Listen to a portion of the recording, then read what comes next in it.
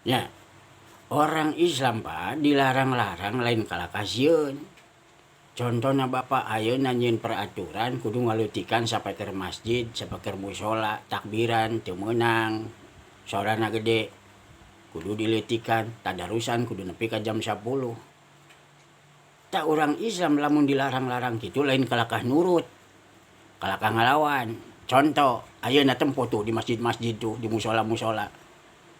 Anda melarang mengecilkan pengeras suara, ditambahan tuh sampai ke tuh.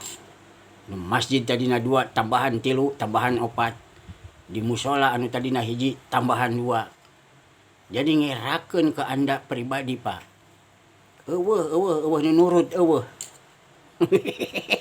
Diabaikan perintahmu, diabaikan oleh rakyat, oleh masyarakat Indonesia. Harusnya Anda itu mempunyai rasa malu. Geus teu didenge omongan si laing. Dengekeun. Sakitu ti saya Pak. Hatur nuhun. Assalamualaikum warahmatullahi wabarakatuh.